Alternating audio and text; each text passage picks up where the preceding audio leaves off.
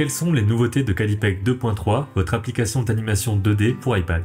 Premièrement, pour lire la liste complète des nouveautés et améliorations de Calipeg 2.3, allez dans les paramètres ici, puis dans à propos, voir les nouveautés. Et ici, vous aurez la liste complète de tout ce qui a été ajouté, amélioré, modifié. L'un des ajouts principaux de cette mise à jour, ce sont les modes de fusion. Dans ce plan par exemple, les modes de fusion ont beaucoup aidé pour avoir les effets de lumière et d'ombre et que les couleurs se superposent correctement. Pour utiliser les modes de fusion, allez sur un calque dessin, dans son menu, mode de fusion, et vous pouvez maintenant choisir quel mode de fusion va être appliqué. Différents modes de fusion vont avoir évidemment différents effets, et il faut choisir le bon mode de fusion par rapport au rendu que vous voulez avoir. Pour rappel, si vous ne savez pas ce que veut dire une des icônes dans le menu d'un calque ou dans le menu d'une feuille, il suffit d'appuyer sur le i juste ici pour avoir l'explication.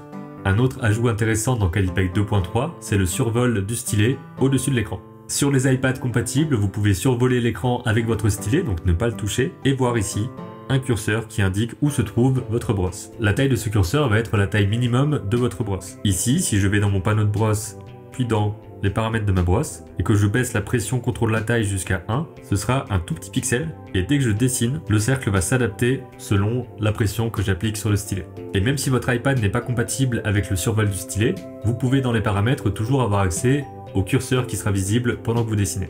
Ici, je vais dans les paramètres, dans l'onglet toile, puis j'active afficher le curseur lors du dessin. Et par exemple ici, je veux continuer à dessiner l'ombre de mon personnage. Je vais donc sélectionner avec cet outil de sélection la tête, aller sur le calque tête. Ça, c'est juste un petit rappel pour vous montrer comment on peut sélectionner rapidement un calque dans Calipeg. Et je vais aller dessiner comme ça en voyant mon curseur qui s'adapte à la pression. Autre nouveauté, nous avons ajouté un calque en bas de votre pile de calques et qui s'appelle couleur de fond. Et ce calque-là permet tout simplement, en tapant ici, d'aller changer la couleur de fond de votre plan. Et vous pouvez également désactiver ce calque couleur de fond. Et maintenant, votre fond est transparent et vous verrez donc la couleur du fond, que vous pouvez d'ailleurs configurer ici, couleur d'arrière-plan. Dans Calipeg, il est possible de créer des cycles. Pour ça, on sélectionne plusieurs feuilles. Pour rappel, pour sélectionner plusieurs feuilles, on fait un tap, puis un tap glissé. Il est aussi possible de taper sur le menu ici et de sélectionner toutes les feuilles du calque. Je tape ensuite sur ajouter un cycle. Et ici, comme je veux un mouvement d'aller-retour, je vais sur le mode ping-pong, puis j'étire jusqu'à arriver au trait blanc. Et de cette façon-là, j'ai mon animation avec la balle qui fait un aller-retour. La nouveauté ici, c'est qu'on peut transformer l'ensemble d'un cycle juste en l'ayant sélectionné. Je double tape pour sélectionner, je passe en mode transformation. Ici, la boîte de transformation m'indique l'ensemble de la distance prise par toute mon animation.